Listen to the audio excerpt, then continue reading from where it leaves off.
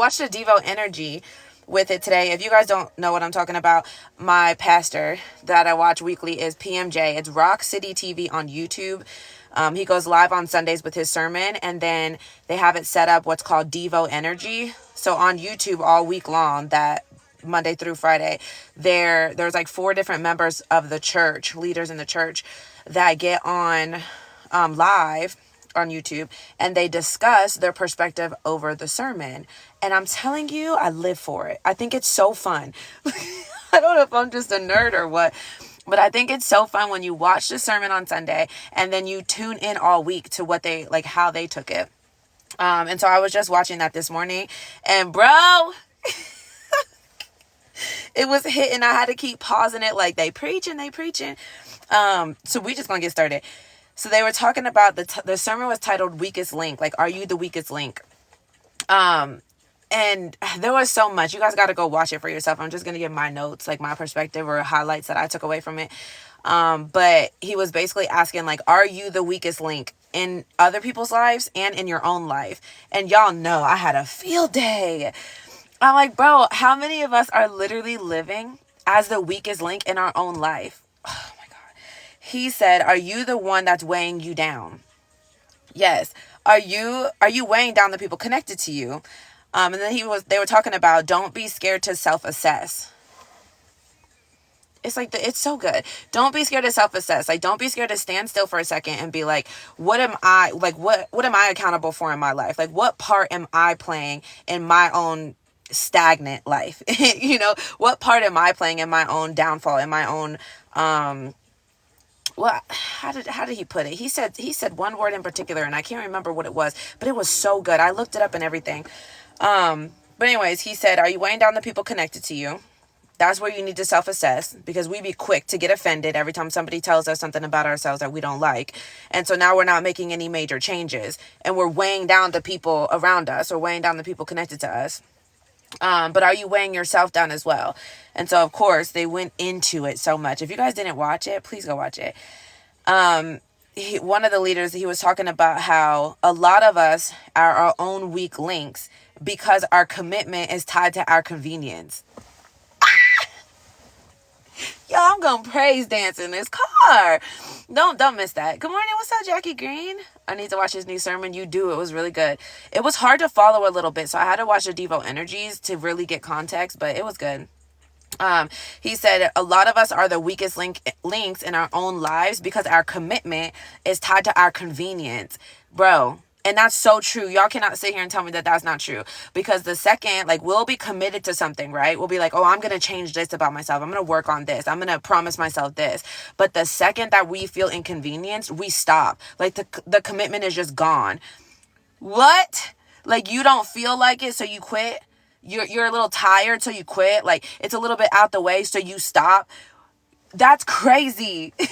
And it's crazy because I was just thinking about it today. I was posting it on Instagram. If you guys don't follow me on Instagram, go follow me over on IG. I post like my morning routine and my gym time and all this stuff, on my stories.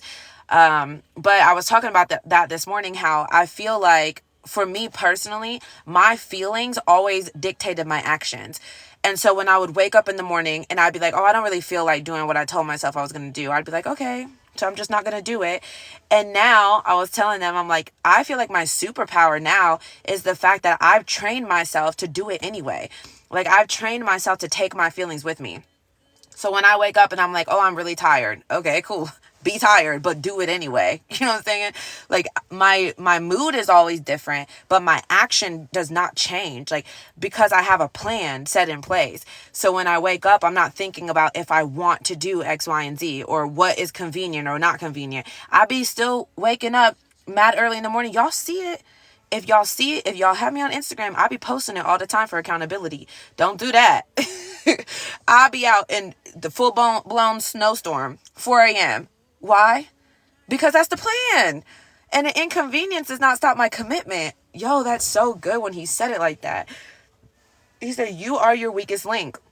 When you are the one that is losing sight of your commitment just because you're inconvenienced, just because you want to be comfortable. So the second that you feel any bit of discomfort, you quit. You give up. Crazy. Anytime you feel scared, you stop. Bro, it was so good. There were so many examples that I could give. Like, fear is a big one for a lot of us. The second we feel scared, we quit what we committed ourselves to. Which is funny because majority of us, it's easy for us to stay committed to other people. It's just hard for us to stay committed to ourselves. Like, you still stay committed to that toxic man. Whether you're inconvenienced or not, you make excuse after excuse after excuse after excuse, and you still stay committed to him. It's really just only with ourselves. Because the second we're inconvenienced with our own lives, we stop going after what we told ourselves we were going to go after. I'm telling you, that's crazy that he said that, because I was just talking about that this morning. That is now my superpower, that I trained myself. And that's what a lot of us miss. I feel like a lot of us miss the fact that we have more power over the way our mind works than we think. We are not just stuck how we always have been. Like, I retrained every part of myself. I'm like, let me retrain my way of thinking, because I don't want to think negative all the time. Let me retrain my feelings so that I can know how to operate better under these emotions, right? Like, let me train myself to be disciplined. Better yet, let me just read my word so I can understand that I was actually created with the spirit of self-discipline. Like, you're not even in charge of creating that within yourself. You're really just in charge of going to the one that created you and realizing who you actually were created to be. That's crazy. That's crazy. Hey girl, what's up, Ashley? Hey friend. Yes, this is so good. Yes, that's my struggle. Got to get back disciplined. Yeah. So how do you talk to yourself if your emotions say no? How do I talk to myself if my emotions say no? My emotions, as far as what, like when I wake up in the morning, to be honest, I feel like my mind automatically goes to the positive nowadays. So it's not often that I wake up mad early and I'll be like, oh, do I feel like doing it or not? I don't ask myself those questions. I ask myself the questions that I have to lie to myself in order to stay home. Does that make sense? Like, I'll ask myself, like, do you want to be a healthier individual? If we're just talking about early morning gym sessions, I wake up at 3:30 to go to the gym. So that's why I'm referring it to that. And it's rare that I just say, do you feel like doing this? Because that can be oftentimes no, I don't feel like doing this.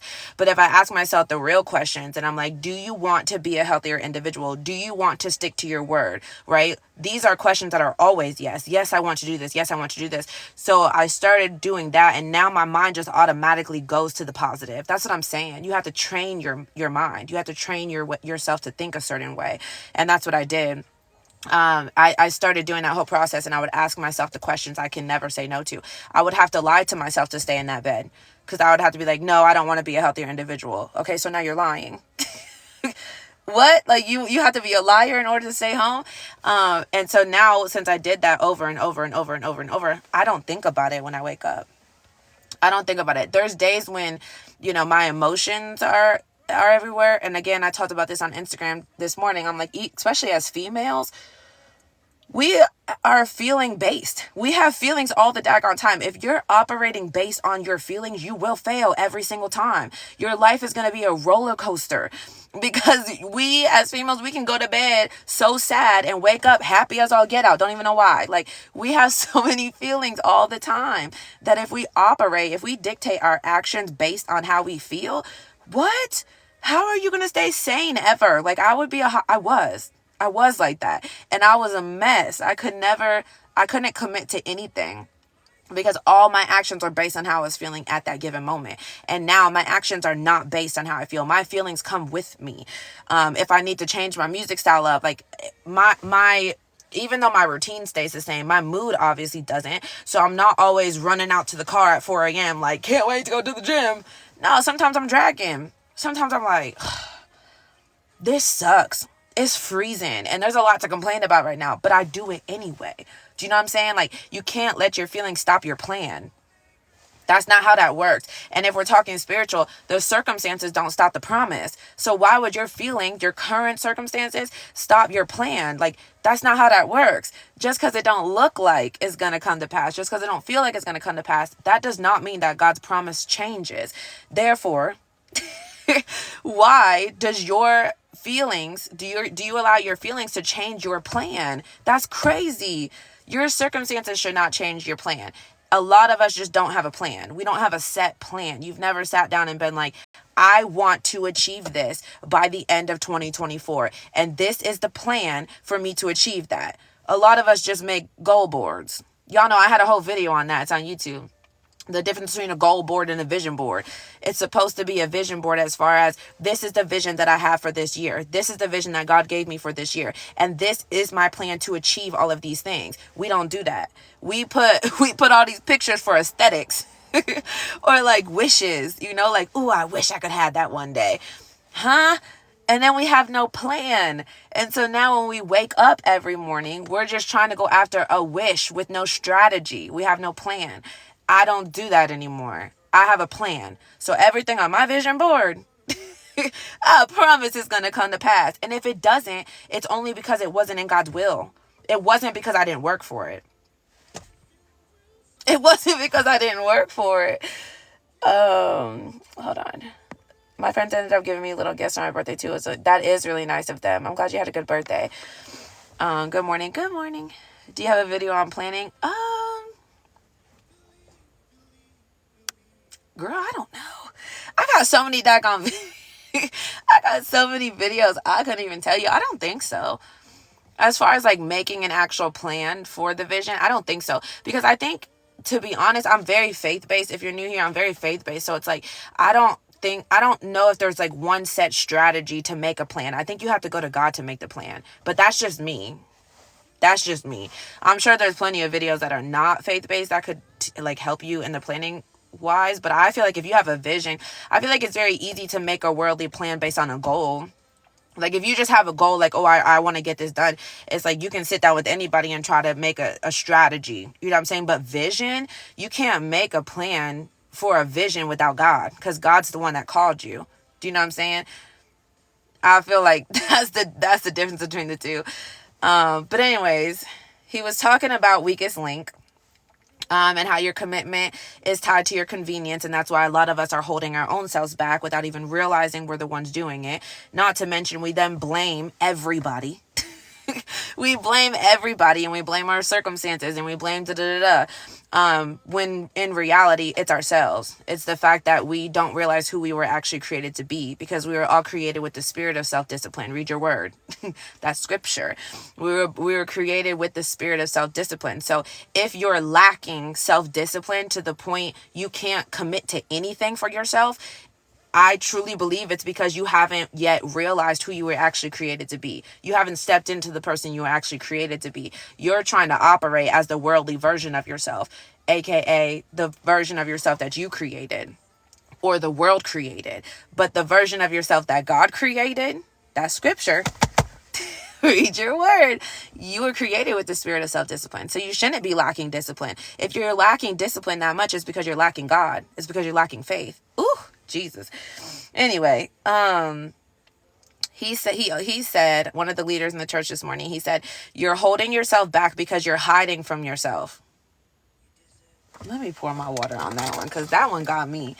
I don't hide from myself anymore, but that was my whole life. Y'all know that. If y'all be on my lives, I tell my story all the time.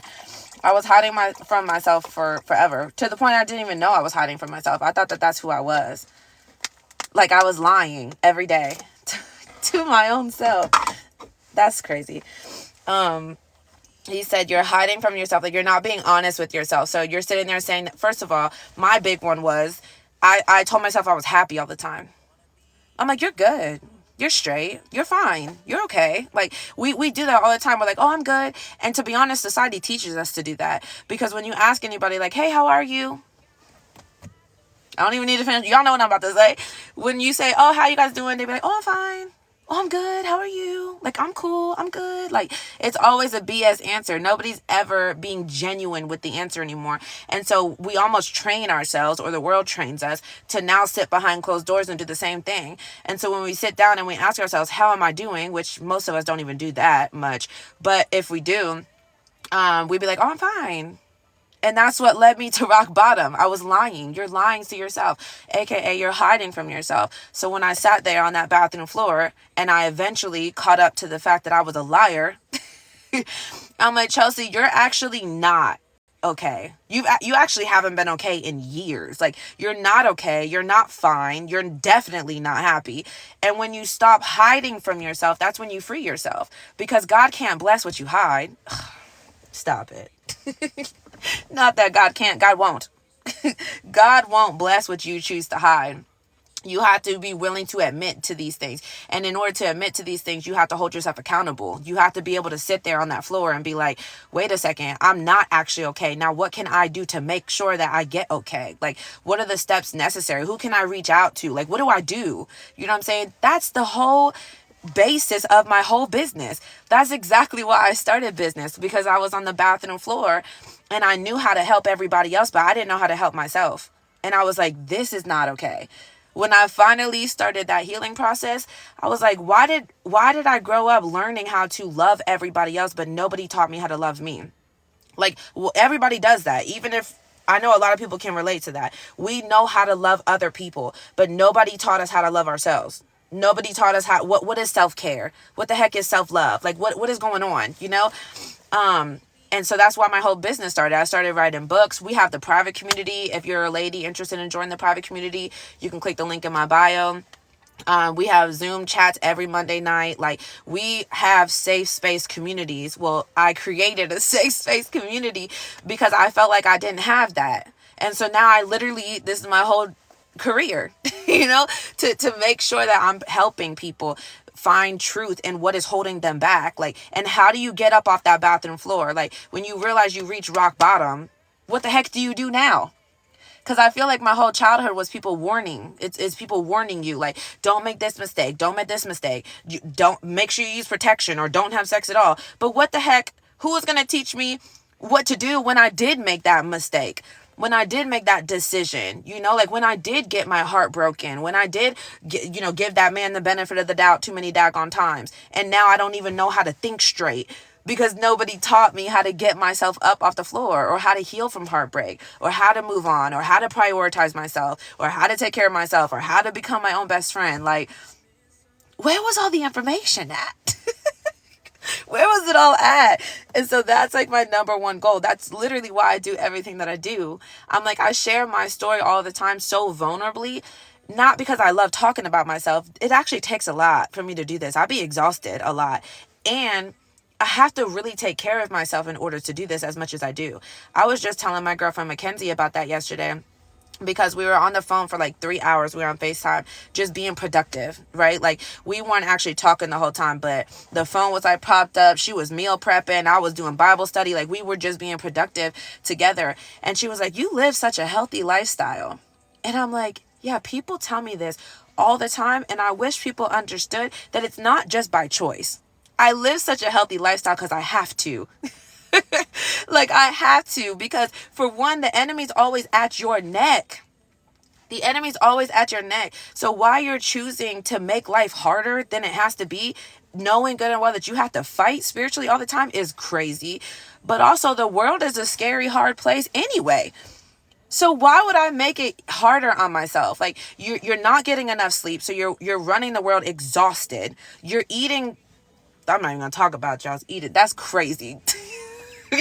I ate McDonald's all the time because it was convenient. Jesus, that just came full circle. Because it was convenient. It's the first thing right there down the street. So I ate McDonald's all the time. I was a night owl because all I did was drink liquor all the daggone time. I was drunk all the time. So I was using all these distractions to get myself through the day, not understanding that that was actually making it harder for me to get through the day. And the real work, if I would sit down and really do the work, my days would be easier. Like, if I started eating better, it would give me the energy to actually get up and go, right? To actually make something of myself, to actually put the work in. If I started working out, I work out 6 days a week. I was not no gym rat. I wouldn't even date a guy that... I shouldn't say that, but that's true. I wouldn't even date a guy if he was a gym rat. Like, I used to be so unattracted to men that were in the gym all the time, because I'm like, y'all doing too much. Like, don't nobody want to do that. I don't want to be working out all the time. I don't want you to be getting up and leaving the bed to go work out. Like, that's crazy. I literally wake up at 3:30 in the morning and go to the gym. because I want to, because I realized who I was actually created to be. I discovered who God actually made me to be and what my calling actually is. And now I fully realize that I deserve to get up early and have alone time. I deserve to get up early and go to the gym. I deserve a body that works for me. I deserve the healthy food. Like, what? It's like I can't stand when people don't see that now, because I'm like, no, I just want to shake people. Like, bro, life don't have to be that miserable. It really, truly doesn't. And a lot of times we are making it harder on ourselves. Like the decisions that you are making in your own life and the routine that you're settling for, that's making life way harder than it has to be. You're your own weakest link. That's crazy that it all came full circle like that. Is that Austin? Who's Austin?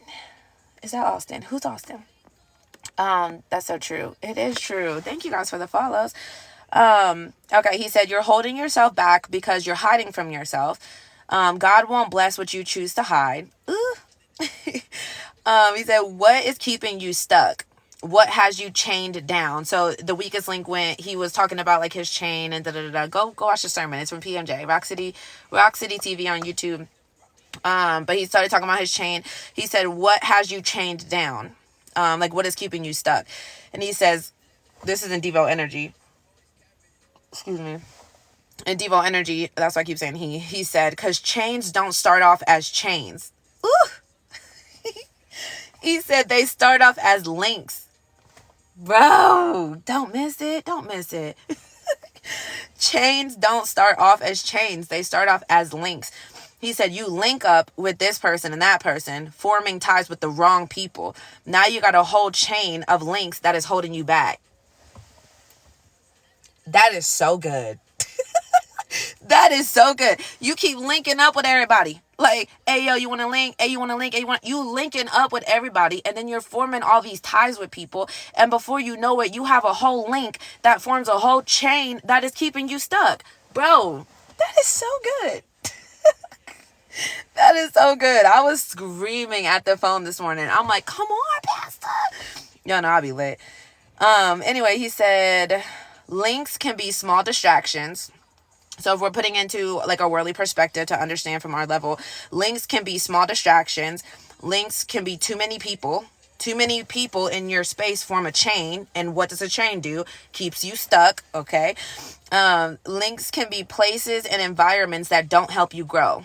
Like all of those small distractions, they're like small little links that is forming one huge chain that is keeping you from going after what you're supposed to be going after. It's keeping you stuck. It's holding you down. This makes sense.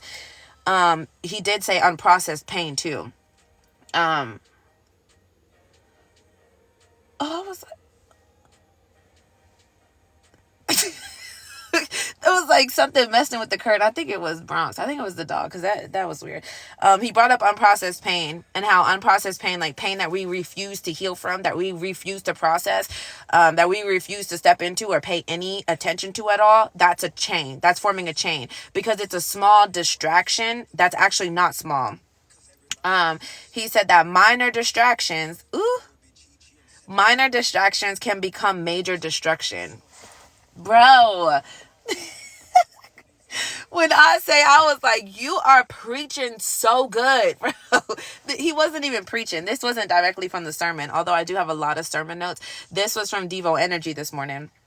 Minor distractions can become major destruction, and that's what happens to a lot of us. That's the moral of the whole thing. Like, we have so many doggone links that we think are just minor little distractions. Like, oh, that's not that big of a deal. Oh, that person, I don't really see them that often. I just text them every now and then, so it's fine. You know, you got small little unprocessed pain that you think is no big deal. Oh, that's fine. That just happened in childhood. I don't think about it that much. It doesn't really bother me that much. Huh? No, you don't think that it bothers you that much, but small links add up to huge chains, and huge chains keep you stuck. Like, this makes sense to me in my head. A minor distraction can become major destruction before you even realize it's a destruction. He said most of the time we don't even realize the destruction we're walking into because of how small it started out. That's good. And then, of course, he brought up sneaky links. He was talking, this was actually in the sermon, PMJ was talking about how the enemy is sneaky, right? Like he does real sneaky stuff. And he's like, y'all ever heard of a sneaky link? And I was like, ooh, you got me. Y'all know I was sneaky linking. When I say sneaky link, for those that don't even know what I'm talking about, because I don't even know if the kiddos use that nowadays. I ain't young like that no more. I'm just kidding. I'm young. But anyway, I was sneaky linking. Like I didn't want to get to know a man, because then I felt like I could get my heart broken. And so I'm like, if we just sneak around, you know what I'm saying? Nobody really got to know what we doing, what we into. Just come through, do what it do, and then go home. Like you don't need to cuddle. We don't need to get to know each other. Do not take me on a date. I used to block men all the time. Like, why are you asking me such personal questions? Why do you want to take me out like that? Like, I only wanted to sneaky link because I was really scared of getting hurt. Now, when you got all these daggone sneaky links, what do you think that forms? A chain. Okay, good job, class.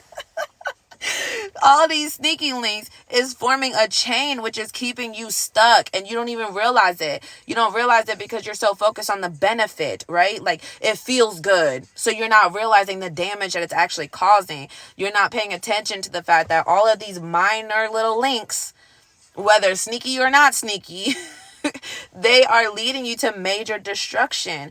I would do anything to go back and change the way that I was acting, change the way that I was presenting myself, change the people that I shared my body with. Like I wasn't paying attention to how, like the long-term effects of it, like how much I was damaging my own value to myself. Forget them. But how much I was damaging my own body to my own self, like my own self-worth and how I felt about myself, how I viewed myself. I didn't pay that any attention. Minor distractions leading to major destruction. Do you know how long it took me to heal from that? To really get myself to believe that I am valuable, that I'm not like something that's just like disposable, that you can like come by and do something and then you just leave out and you don't have to talk to me anymore. Like I required men to do that. You don't got to text me all that. Please don't call me. Like we do not need to be on FaceTime. Like just come over for a little bit and then leave. Like that's so sick to think about. Life changed so much. Good morning. Good morning. What's up, friend? Life has changed so daggone much because I am not that person at all. At all. Anyways, for those that are just hopping on, we're going over some notes from PMJ's sermon from Sunday. It's Rock City TV on YouTube if you don't have it. And it was titled, Are You the Weakest Link? Something he said that stuck out. He said, I'm not spending all my energy trying to convince people of who they are this year. If they don't realize their calling, it's on them. So good. So good, because we do that often, right? Like we sit there and we try to convince people that we love that they're lovable. You know, like how many people do you have in your life and you're like, no, you really can be somebody, bro. Like you're trying to save people that don't want to be saved or that don't see value in themselves. And I'm not saying you shouldn't love people, but you know what I'm talking about. Like those people you have to continuously pour into and they're not getting it.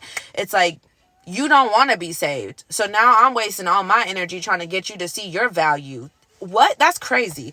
No, I'm not spending all my energy this year trying to convince somebody of their worth. If you don't see it, I don't know what to tell you. Like, I'm going to pour into you because that's just who I am. But I'm not going to sit around and convince you that you have a calling. If you don't see it, then maybe it's not time for you to see it, baby. I don't know. You got to go ask God about that. Because I ain't even the one that called you. You feel me? So I'm not going to convince you to pick up the phone. Yo, that doesn't make sense.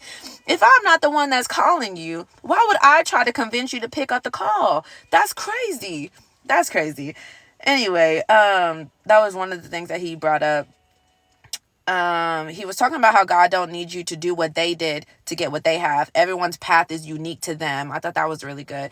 We touch on that often, about how everybody's path is different, right? Like my path looks different than your path because my calling looks different than your calling. And that's why comparison is the thief of joy. Like you're sitting around comparing yourself to everybody, not understanding that you guys don't have the same calling. So why would y'all have the same path? Makes no sense.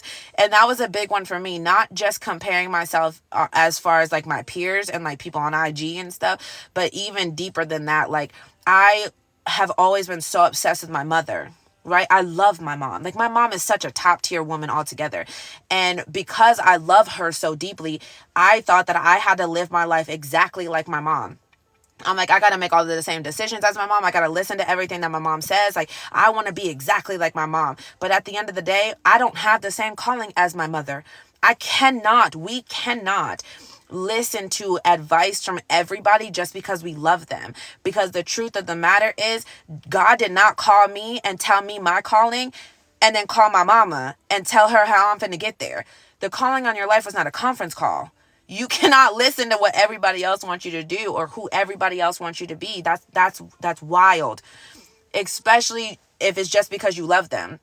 Like, I love my mom so much and I value her opinion that I thought I had to do everything the way she told me to do it. But if I do every last thing that my mama did, I'm going to end up exactly where my mama is. No hate to where she is, but that's not where I'm going. That's not where God sent me. God did not call me and say, hey, Chelsea, I want you to be exactly like Sarah. No, he said, I want you to be like Chelsea, period. I want you to do what Chelsea needs to do and sound how Chelsea needs to sound and act how Chelsea needs to act and be Chelsea. Like, that's what he says to all of us. God created you to be you, not to be your mama, your daddy, your sister, your cousin, your best friend, this girl you look up to. I tell you all the time, please, God, don't try to be me. Don't try to implement my routine. Don't try to copy everything that I'm doing, because my God, don't try to be me. Don't try to implement my routine. Don't try to copy everything that I'm doing, because my copy, for one, there's only 3 days. Is it 3 days left? On February 1st is when the price goes up. So if you want locked into the private community at the price that it is now, which is only $12 a month, honestly, I should be raising the price even more than I am, because the value is going up so much. Like, we're doing weekly Bible studies. We're doing morning check-ins. Oh my gosh. In February, we're studying Matthew, and I'm so excited. Look, I'm such like a Bible nerd nowadays. I am so excited because let me just tell you real quick. Just real quick. Oh, they did leave a voicemail. I don't know who it is. Well, tell me on here. In Matthew, I never read this before. And I know that sounds a little crazy, because what? I read so much of Matthew, but in Matthew chapter 1, where it talks about the birth of Jesus, I never really put two and two together. Like, I never looked at it from the perspective of Joseph, like the dad and the mom, because I thought it was so cool.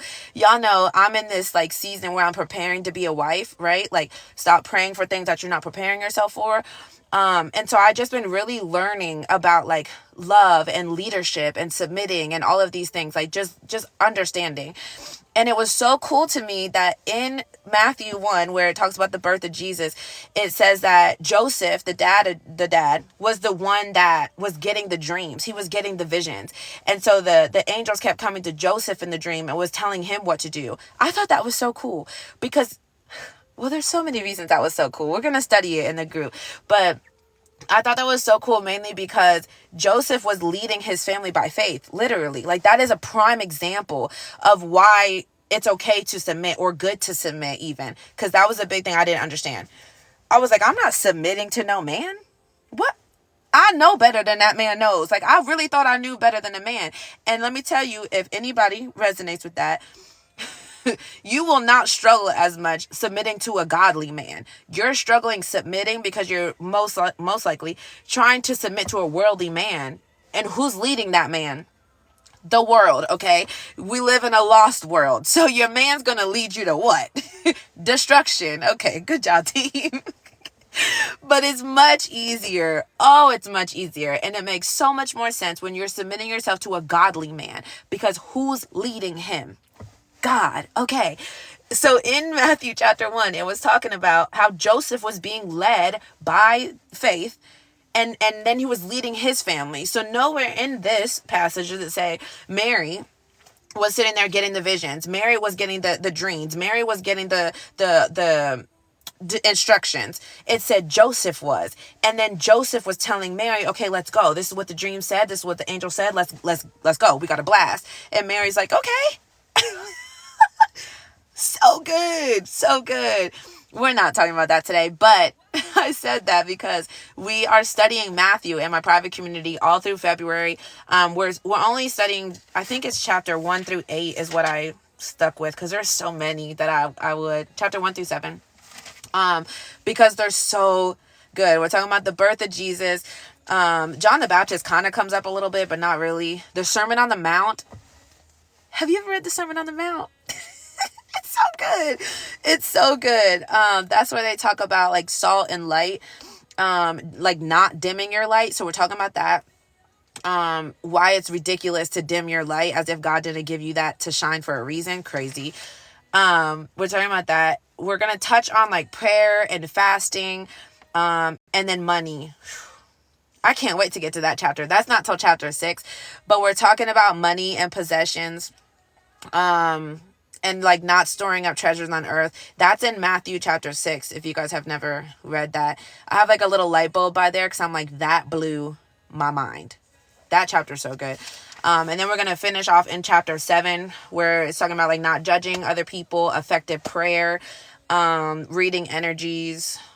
There's so much. That's why I could only do 7 chapters. So if you're interested, it's for women only. If you're not in my private community yet, you can click the link in my bio. And get registered. The price goes up February 1st. So go lock in at the $12 price, because it's going way up. $12 is crazy. $12 was only good for what we were doing before, but now we're doing so much more. So go lock in at that price before it goes up. And February 5th, so that Monday, the first Monday in February, is when we're going to start the study of Matthew. I'm so excited for it. Good morning, sis. What's up, Della K? Hey, friend. Hold on, let me read your comment. Is this all done on Instagram? Hold on. Tara, are you the one that just joined? Because I sent you a message on Instagram. I feel like that was you, unless it's another Tara. My bad. But I'm pretty sure it was. I sent you a message on Instagram.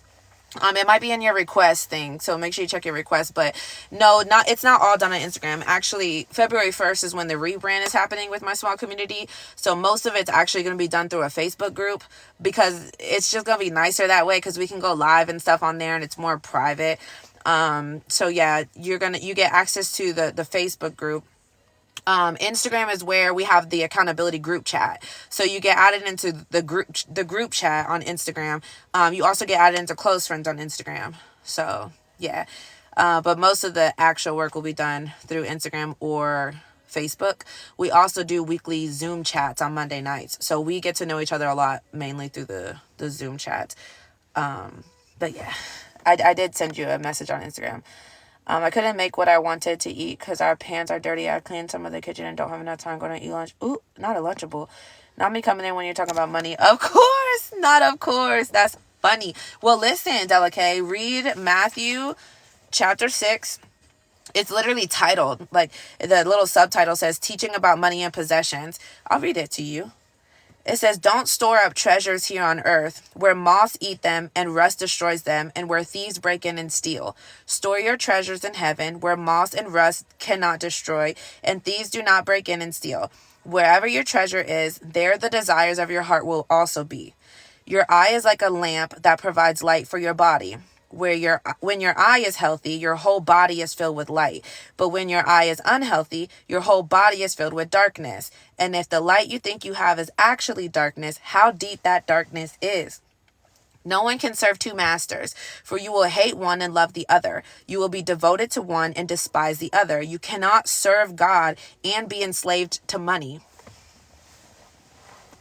Bro, we was just talking about that. Don't do that, because you know I'm going to come at your neck on the lie. We were just talking about that. You can't do both. You cannot choose both. And that doesn't mean that money does not come with God, because God promises abundance if you're following God. But we're idolizing money. We're like, oh, I need money all the time. I'll do anything for money. I just love money so much. You're serving money. Money is your source. Stop. Because we're not about to preach on this. That's not what I was talking about today. Money is your source. And then you wonder why you be getting a whole lot of money, but you're miserable. You wonder why your bills are paid, but you're depressed as all get out. Like, you wonder why. I had a whole household that I was successfully paying for, but I spent all my nights on the bathroom floor. Why? Because money was my source. What's your source? When you are serving the wrong source, you're going to be led astray. I'm just saying. Not once have I been so focused on money anymore. I'm focused on God, and God will bring me money. God has brought me all the money that I need. We're just so focused on the daggone money that we want. You want all the fancy clothes. You want all the shoes and the designer handbags and the beautiful houses. You want all the things that have nothing to do with your purpose. None of that has anything to do with your calling. You're paying attention to the wrong source. I'm just saying. Anyways, that's in Matthew chapter 6. And we're studying that in the private community all through February. We're breaking it down. I think I did the first week, chapter 1, because that's the birth of Jesus. So we're talking about that, not from the birth of Jesus. Like, I'm talking about it from a different standpoint, like a different, not perspective, a different concept on it. Like, we're not talking about the birth of Jesus specifically. That's in your word. You can definitely read that, but more so like how amazing it is that Joseph was leading the whole family by faith, right? And how interesting that whole thing was. So that's the first week. And then we're going into 5, 6, and 7. So we're reading all of those chapters in Matthew. So if you're interested in that, you're more than welcome to join. You can click the link in my bio to do so. Hold on. Just seen it. Thanks. Oh, you're welcome. I have a salad for my break. I love salads. That's not realistic. What's not realistic? Just talking about that specifically. She looked like that Southern TikToker. Aren't there a lot of Southern TikTokers? Ooh, friend, be more specific. Going to buy some groceries for my work tonight, period. Hello. What's up, friend? If you're just hopping on, we were talking about PMJ's sermon from Sunday. It's Rock City TV on YouTube, and the sermon was titled, Are You the Weakest Link?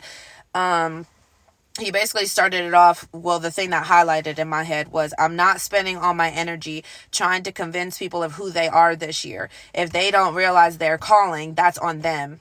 If you tuned into the sermon last week, ooh, Jesus. We talked about that like all week. I feel like it was, I can't take shortcuts, no shortcuts. And that reminded me of that a lot, because if I sit here and spend the majority of my time trying to get somebody to understand that they were made for something bigger than what they're showing up as, it's wasting my time. Like, if you don't see it, now I can very much help you see a vision. Like, I can very much help you succeed. You know what I'm saying? That's a different story. But if I'm like, no, bro, you're made for more. No, I swear, if you just try, you're made for more. No, I know there's more for you. Bro, if you don't see it, you don't see it. And I'm not risking my promised land trying to get you to come with me. Because the truth is, that's why they say you don't need anybody but yourself. Because when you have a vision, you can go get that vision with nobody in the car with you. Like, you don't need anybody but yourself and God.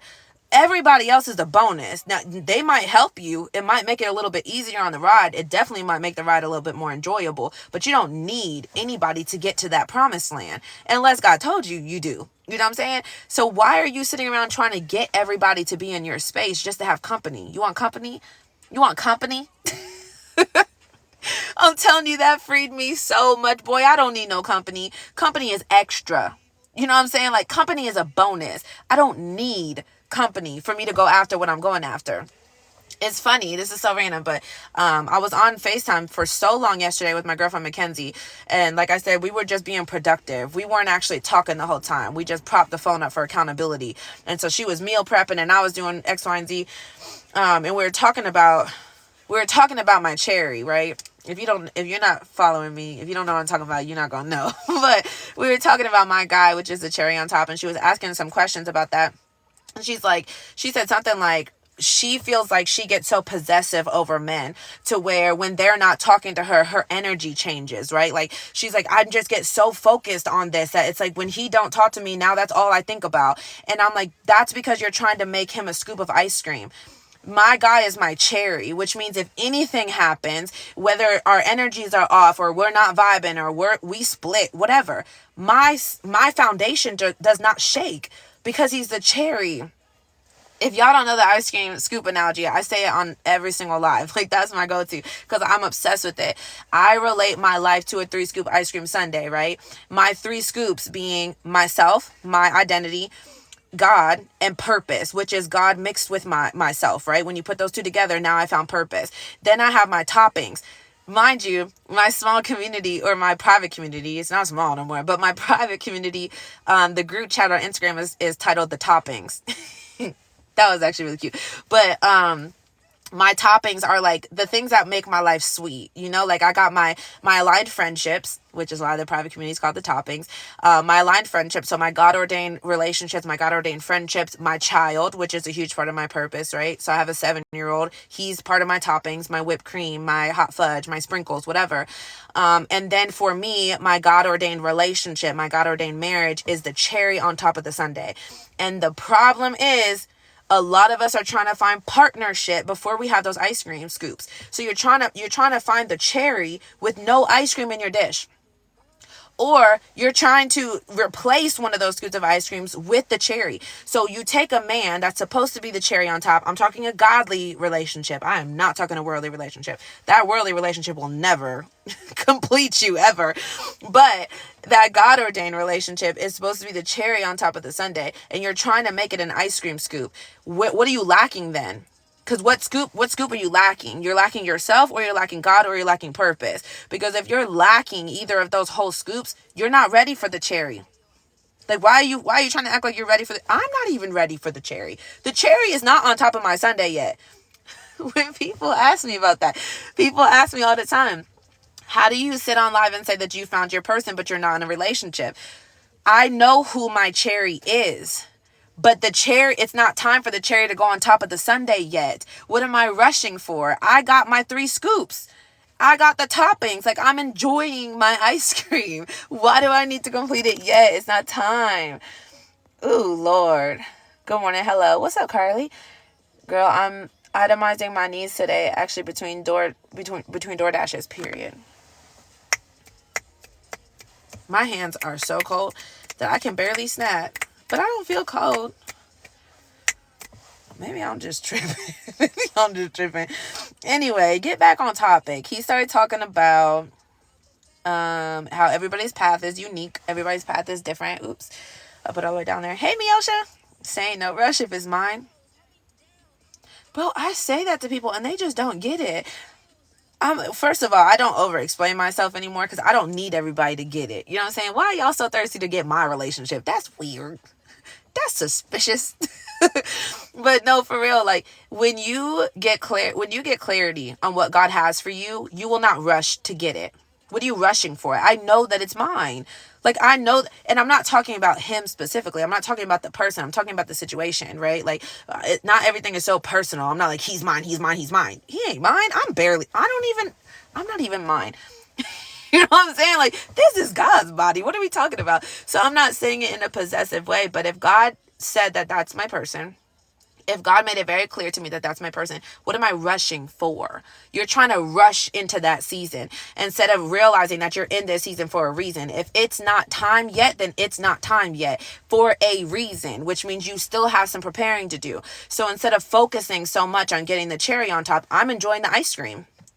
I'm like, look, I can keep adding more. I keep adding more and more toppings. Like, it's a blast. We added so many people recently to the private community.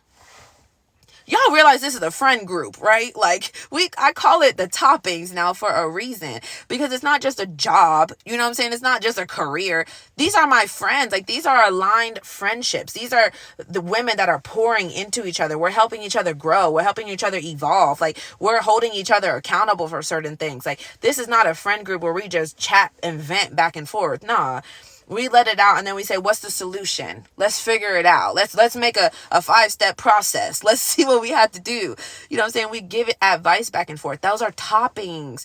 Those are vital. You need community. You need a healthy community.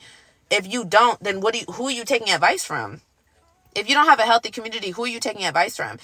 And it's okay if you're like isolated or you're in solitude or you're sitting by yourself, but then you can only understand from your level of understanding. So you don't have anybody else's perspective, you know, to help aid you and guide you and mold you. I'm just saying. That's why I call them the toppings. Hey, fun. Hey, Miosha, are you getting on the call tonight? I just had to know because I need to hold you accountable. If you say you're getting on that call, bro, if you not getting on the call, what's up? I don't like that. Mio should be my girl. She don't be trying to come on. She only missed like 2 weeks, and I'm still at her neck for it. Because that's my friend. That part, I no longer want to just sit with anyone for fear of being alone. Listen, my number one fear was ending up by myself. I'm telling you, I thought about it all the time. I had nightmares about it all the time. Like, it was like, oh my gosh, it was like my number one thought in my head. I was so terrified of ending up by myself. And that's why I settled for way less than I deserved, because I didn't care. I didn't really care who was around. I just wanted people there. Now, truly, like when I had that reality check, I was like, why am I so thirsty to make it to my deathbed and have a room full of people that love me, but I'm empty? Like, that's crazy. My biggest fear now is that. My biggest fear is ending up making it to the end, and I sit there and say, I didn't go after anything that I should have went after. I didn't try. Like, I didn't take a risk. I didn't take a shot at anything because I was so worried about filling this room with people that love me. What? And that's not to say I'm walking the earth being nasty to people. No, I do need people. I treat people how Christ wants me to treat people. So of course I have a lot of friends. Of course you know what I'm saying? But that's not my source. That's not my main priority, right? Like, I want to go after everything God has called me to be in this world. Like, that's what I'm after. I want to make it to the end and be like, bro, I went after everything. I took every risk possible. Like, there's not one thing I look back and be like, oh, I didn't care. I didn't go after it. I was scared. Can you freaking imagine, bro? Can you imagine laying on that deathbed? Be for real. Be for real. Can you imagine laying on that deathbed, knowing it's your time to go, and you're like, I was scared my whole life. I didn't go after any of that. Like, you had a vision that you could have chased your whole life, and you didn't. You just sat there being scared. I'm telling you, that is such a fear of mine. It makes my skin crawl. Like, that is so terrifying to me. And then what? Then what? Like, you gave up, especially because in your mind, I feel like my mind is going to run through all the times that I had an opportunity and I didn't take it. Can you imagine that pain? Can you imagine that? And what's really crazy is so many people actually live like that. Like, how many older people do you see just chilling out in the rocking chair doing what? Doing what? Like, you're just reminiscing on your life and who you could have been and what you could have did and who you could have become. Like, that is so terrifying to me. I'm like, bro, I'm only 30 years old. I'm barely getting started. Like, I just discovered who I was created to be a year ago. Like, I'm a baby. I'm 1 year old. I'm just now learning how to walk. Like, imagine how good life is going to get when I take off running. Like, just think about it that way. Because I feel like society makes us feel like we're supposed to have it all together in our 20s. Like, if you hit 30 and you're single and you're still chasing after something, you're a failure. That's crazy. That is literally crazy. Because I just discovered who I was created to be last year. Like a year, technically a year and a half ago. How am I supposed to have it all together right now? Like, I'm just starting. I think people say we're supposed to have it all together because they want us to live a worldly, stagnant life. They want us to live a life with no depth, right? Like, we're supposed to know how to survive. Great. We all know how to survive, I suppose. But who teaches us how to live? Like, I don't want to just survive. I don't want to make it to the end and be like, ooh, I survived for 90 years. No, I want to be able to say I lived that life. Like, I had one life and I took every risk. I did all the things. Like, no, my life wasn't perfect. And no, it didn't come, it wasn't all peaches and cream the whole ride. But I went after something. I tried. It's so scary for me to think about making it to the end and saying I didn't try. And having excuses. You got a whole list of excuses. You didn't try. Why? Girl, I'm not even gonna call her out, but I had a meeting with somebody recently, and I straight asked her. I was like, what do you feel like is holding you back from going after everything? I ask people this on every one-on-one call. What do you feel like is holding you back from going after your full potential? And the answers are usually the same, but this specific person said, she first said money. And so I had to go into the fact that I've been broke the entire time. I'm like, money is not stopping you from your calling, baby. Don't do that. Because you have everything that you need. If God called you to something, he provides everything that you need. So do you not have what you need, or do you not have what you want? Because those are two different things. You have everything you need. You're just so focused on what you want and the lack thereof. Anyway, so we crossed that out. We had that vulnerable conversation, and she was like, you're so right. And I was like, okay, so what's next? What else is holding you back? She said, time. I was like, oh, this is about to be a good conversation. I said, you think you don't have time to chase after your calling? You don't have time not to. You don't have time not to chase after your calling. You don't have time to let fear hold you back. You don't have time not to do that.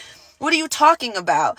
And we live like that. We're so focused on all these worldly things that we don't understand that time is running out, period. And I'm not saying it in no scary way. I'm just being honest. We all have an expiration date. Now, whether you want to live and convince yourself that that's not true or not, that's your business. But we all have a date that's already set in place where we will no longer be here.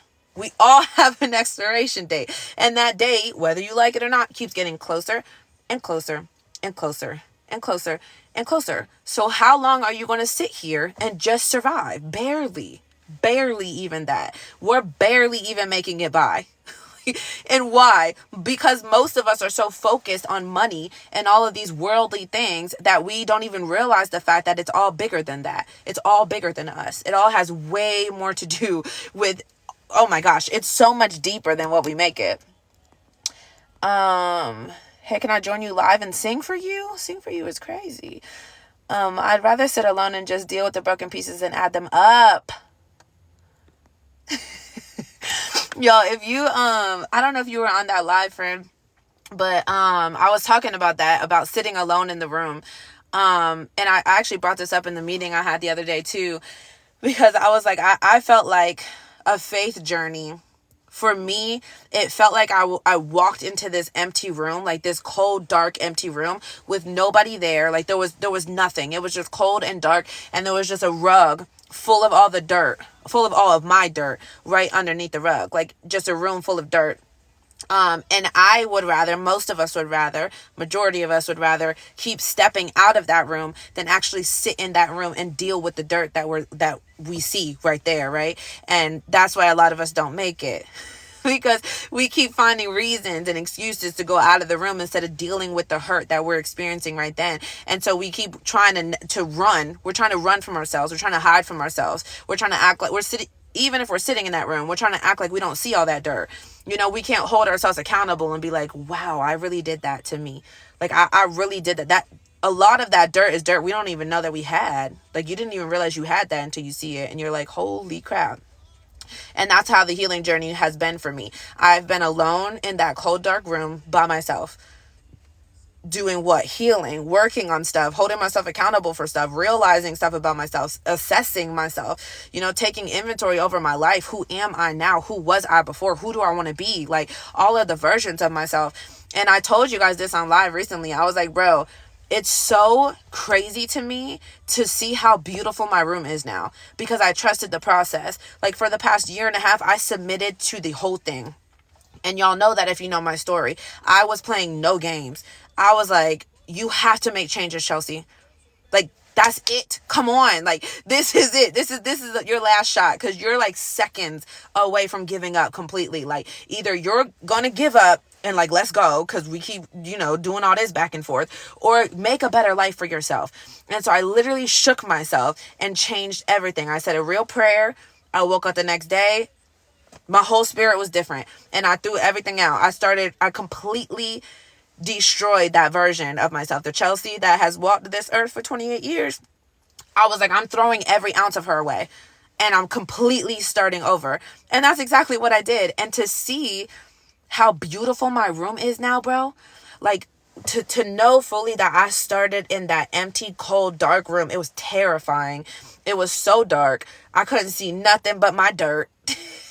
And I submitted to that process. So even when I got scared, I stayed in the room, right? Like when I got lonely, I stayed in the room. When I had all of this dirt that was so hard to handle, I stayed in the room and I called on God the entire time. And now my room is gorgeous. I mean, it's so aesthetic and cute, and like it's so me that, and I wouldn't have even known to decorate it like that. Like, follow me, because I'm not talking about an actual room. I'm talking about in the spirit. Like, my room is clean. You know, like, no, all the dirt is not gone. All the dirt will never be gone. But it ain't all right there in plain sight. You know what I'm saying? There might be some dirt up under the couches or something that I'm still working on, but it smells good in there, bro. There's like fountain noises. There's pictures on the walls. There's couches. There's throw blankets. Like, my room is so gorgeous and so peaceful and so safe. And that's what happens when you submit to the process. When you stop running every single time it gets scary. It's going to get scary. Read your word. Read your word. Y'all, literally, all the answers that you need are right here. I don't know why they acted like it wasn't that big of a deal. All the answers that you need are right here. It literally tells us in the word that you're going to experience struggles in the world. So when you come across fear, it's not abnormal, bro. You should expect it. You should expect the struggles to happen. You should expect the hard times to happen. You dang sure should expect those negative feelings to come about. You have to know that they're going to come, and you have to submit to that process. That's what I did. And I honestly, again, if you know my story, I was just hoping it would work. I didn't know. I didn't even know God was real. Well, y'all know, my testimony's on YouTube if you've never seen it. I prayed that real prayer, and I said, God, if you are real, that was my prayer. Talk about a faith of a mustard seed. I said, God, if you're real, I'm asking you to come save me now. Because if not, these are my real words. I said, if not, I quit. Like, I'm quitting any day now. Like, this is my dead serious prayer, tears and all, on the end of my bed with my son laying right there. Like, I can still hear him snoring. I can still feel, like, it gives me chills every single time. Because I know how serious I really was. Like, I was done. I'm like, I don't want to do this. Even when people gave me, like, suggestions, they're like, what about this? Like, I didn't want help. That's when it gets scary, bro. I understand what people mean now when they say that. Like, it gets so scary because you don't even want the help anymore. You're like, no, I just don't want to do this. Like, I don't want to fix it anymore. Like, I don't want to try this. I don't want to implement this. I don't want to look into this. I don't want to talk to nobody. Like, you hit rock bottom in such a way where it gets terrifying. And that's where I was. And that is why I live my life the way that I do now, because I truly believe with every ounce of myself that I got a second chance, because I know that I was done. And so all I did was pray and was like, well, God, if you're up there, I swear to God, I said, God, if you are real, I really need you to come save me now, because otherwise I quit. I give up. And I swear to God, it was the wildest thing ever. I woke up the next day and I was like, what the heck? And everything felt so different. Like, obviously, I was the same person. Obviously, I was in the same house. I was under the same circumstances. But there was something about me that was different. And I'm telling you, I had no faith in that prayer. I didn't talk to God like that. I didn't know who God was. Like, I grew up in church, so I had an understanding. Like, I knew Matthew, Mark, Luke, John was a thing. But I never had my own relationship with God, so I didn't pray like that. So when I said that real prayer, I was just hoping. Like, I literally was like, I told people this before on live, and that's probably a trigger, but that's my raw truth. Like, when I prayed that prayer for me, it felt like it was the last thing I had to check off the list to go out of here guilt-free. Like, and like I said, I know that's a trigger, but I guess sometimes we need to be triggered, because I feel like that's where a lot of us are. A lot of us are there, and we're like, I utilized all my resources. Like, I don't know what else to do. I don't know where else to go to. I don't know who else to turn to. Like, I don't even want the help. And that is such a scary place to be. And that is the reason I do everything that I do. That's why I have the business that I have. That's why I write the books that I write. That's why I have the private community for ladies that I have. Because I need y'all to know it don't have to be that miserable. And I wish I knew that. I wish I would have realized that before, because I almost ended all of it. And to now see where I'm at compared to who I was a year and a half ago is crazy. Like, it's crazy. All because of one little prayer that I just put up with hope. I was like, because what do you have to lose? I'm telling you, that was my mindset at the time. I'm like, what do I have to lose? People that I grew up around, they said that God's real and God does miracles and God does all these things. That was the attitude I had. I was like, yeah, freaking right. So I'm like, you might as well try, because if not, what? Your life is going to be miserable. Your life is already miserable. You're already unhappy. You're literally already at rock bottom. Like, what the heck could go wrong? And that was my mindset. And I swear to you, my life completely changed. Like, it's still surreal to me. I still don't even believe it. Half the time I'll be like, what the heck happened? Like, and I share my testimony so boldly, like so openly all the time. And so naturally, you know, like, I don't be like, hey, can I share my testimony? No, it just be coming up in conversation. You know, like when they ask me about my lifestyle or like what I'm into or what, a lot of people comment on my energy. That's a big one. I get that one a lot. I used to just get physical comments on like my body shape or whatever. And now people always talk. They're like, there's something about you. And I'm like, I love when y'all say that, because that's God. That ain't me, baby. Or they'll be like, there's something about your energy. A couple people came up to me at the store recently, just randomly through the store, and they'll comment on my energy, my son's energy. They're always talking about my son. That's God. I'm like, I didn't even have a purpose, a reason to be here a year and a half ago. And now people are commenting on my spirit. Tell me life can't change overnight, bro. I'm literal proof of that, which is so crazy to me still. I definitely struggle with codependency and possessiveness. Yeah, a lot of people do. She said, I'm always late on the comments, but she said, I definitely struggle with codependency and possessiveness. A lot of people do. And now I'm a girl's girl. My community is all women, you know what I'm saying? So I really be talking to the women. But as women, a lot of us do. And for me, I can't speak for y'all, but for me, I was so stuck on people like that. Like, I was so possessive simply because I was scared to be by myself. Like, and we talk about that with the road trip analogy a lot, right? Like, when you're on a road trip and you're scared of driving by yourself, you're scared of being alone, you're not good company for yourself, you're going to allow anybody to come into your car. Duh, because anybody, even the stranger on the street corner, it's gonna take your mind off of the fact that you hate yourself. You're not having fun in the car.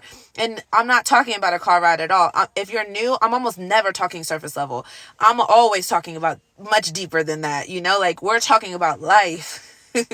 In life, when you don't like yourself, and it's not even always like you know that. I'm not saying if you've ever looked in the mirror and been like, I don't really like you. No, subconsciously, if you don't like yourself, you're going to settle for anybody, because anybody that does anything, any amount of human decency towards you is going to feel like love because you hate you. When you treat yourself like trash, you're going to be possessive over people that do anything nice to you, anything nice for you, because you're nasty to yourself. Like, it's going to be better to chill with anybody if that means you don't have to be stuck chilling with you.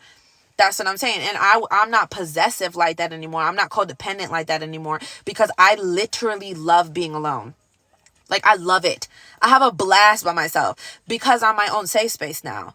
And a lot of us, we're not our own safe spaces because you're your own worst enemy.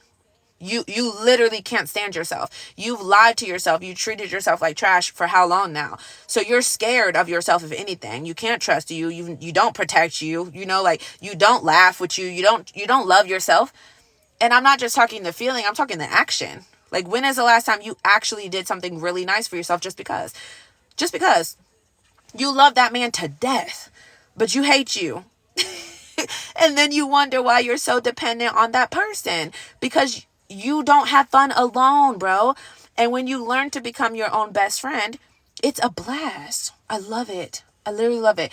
I have to really think often, like, I had to really make time for the man that I see. Because any amount of time that I spend with anybody else is taking away the time that I spend with myself. And so now I watch who I give my energy to. I'm more protective over my energy and my time, because I love me. You know what I'm saying? Like, I'm so at peace by myself in my own space. I will literally vibe out in my car for forever. Not forever, that's crazy. But I just be at the park chilling. I be in the room vibing. Like, I'm by myself majority of the time. Of course, my son is usually around, but I'm by myself majority of the time. I love being alone. And that's not to say I don't love being with other people. Y'all know I love my mans. That man is so great. But when you build a solid relationship with yourself, you stop being so addicted to relationships with other people. because those are extra. We talked about the ice cream analogy, right? You had 3 scoops. You are a whole scoop. You, God, and purpose, right? Those other people are toppings. They're toppings. And then that man is the cherry, a godly man. I always make sure I'm specific on that. That godly relationship is a cherry on top. You have to be a whole scoop in your life. And that's why our freaking foundations are so faulty, because you got another person being a whole scoop of ice cream for you, and you're supposed to be the scoop of ice cream for you. Or even worse, you got that man in God's seat. Oh, Jesus, why y'all be triggering me? Because y'all swear I'm like freaking Sarah Jakes or something. Like, why y'all be having me on here preaching like this? Why do you have that man in God's seat? That's crazy. It's literally crazy. You got 3 scoops of ice cream. You barely have you. You got half a scoop of you because you ain't even paid yourself attention in years. So you got half a scoop where you belong. You have him where God belongs. And now you're wondering why you can't find purpose. How, Sway? How are you finna find purpose? If you don't have you, barely at all, you don't have God, and now you want something that God provides, you want something that God has for you without having God, you want God's promises without having a relationship with God. That is crazy. Even crazier, you're trying to find purpose with a worldly man as a scoop. Even if it is a godly man, for one, he should never be okay being a scoop in your world, but that's neither here nor there. You have a man in God's place, and then you are wondering why you cannot find purpose. You cannot find purpose without God. You cannot find purpose without God. Anything outside of God is of the world, correct? Okay. So anything outside of God is of the world, which means if you don't have God, you're going to find a worldly purpose, which means what? It's not going to sustain you. That's why majority of us have spent how long chasing after a career that we never included God in, and now we're not fulfilled. Because you were after something that the world had for you. You never brought it to God. You never said, God, what do you have for me? You never discovered the person God created you to be. Y'all, stop. Anyway, I really want to practice my song. It's Crazy Friend. You are not about to get on my live and sing. Anyway, if you're new here, I'm always late on the comments, but I usually be going through them most of the time. All of what you just said, I don't know what language that was, but hi. The worldly timeline, it pushed me into stagnation. Oh, it always does. The worldly timelines are set up for us to fail.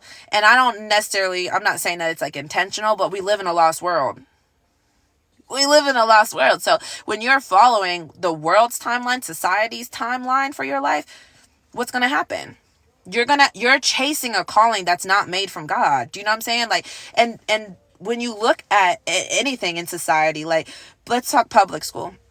And I'm not trying to bash public school. I'm just speaking from my experience. I went to school. I felt forced to pick a career field, right? I'm like, oh my gosh, I'm about to be a junior. I need to hurry up and be applying places. Like everybody else is going into these beautiful career fields and they know what they want. So I felt forced to hurry up and pick one, but I never even knew who I was. And so now I'm spending all this money going to college for a career that I thought that I wanted before I knew me. That's all we really have to say. You know what I'm saying? Like, it gets much deeper than that, right? Because now you got a whole timeline.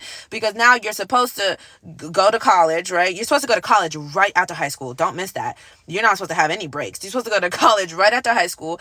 You're supposed to do great in college. You're supposed to fall in love. You're supposed to get married. You're supposed to build a house. You're supposed to have a baby. You know what I'm saying? Now, you're supposed to have this big, beautiful career. Like, you're supposed to hit all these marks before you realize who you even are. So now we go through this whole timeline and we're like, yay, society says we're successful, but we feel like trash. You feel horrible. Why? Because you chased after something society wanted for you and you never discovered what you wanted for you or what God had for you. Duh. Like, it's actually scary to think about, to be honest. It's scary to think about how many of us do that. And we're programmed to. You know what I'm saying? That's why I'm like, I'm not about to talk about public school or nothing, but we're programmed to do that. And the real kicker, we can't even blame schools. Why? Because school was never meant to teach you how to live life necessarily. They give you tools and resources, but that's your parents' job. It was always your parents' job to teach you right from wrong. It's your parents' job to teach you about God. It's your parents' job to lead you to the source. It's the parents that are failing. And I'm a parent, so I'm going to include myself always. The parents in the households are failing. Why? It can always get deeper and deeper and deeper. Parents are failing because relationships are failing. Why are relationships failing? Relationships are failing because you're failing the relationship that you have with you. You're failing because you're failing that relationship in human form because you're failing the relationship that you're supposed to have with God. You have no relationship with you and you have no relationship with God, but you're putting the cherry on top of the sundae. And then you're wondering why the whole foundation is crashing. You're crashing. Why is the divorce rate so high? It's like, this makes so much sense, y'all. I feel like they want to make it sound like it's harder than it is. But I feel like it's very simple. Easy? No. It's not easy to fix any of this, but it's very simple.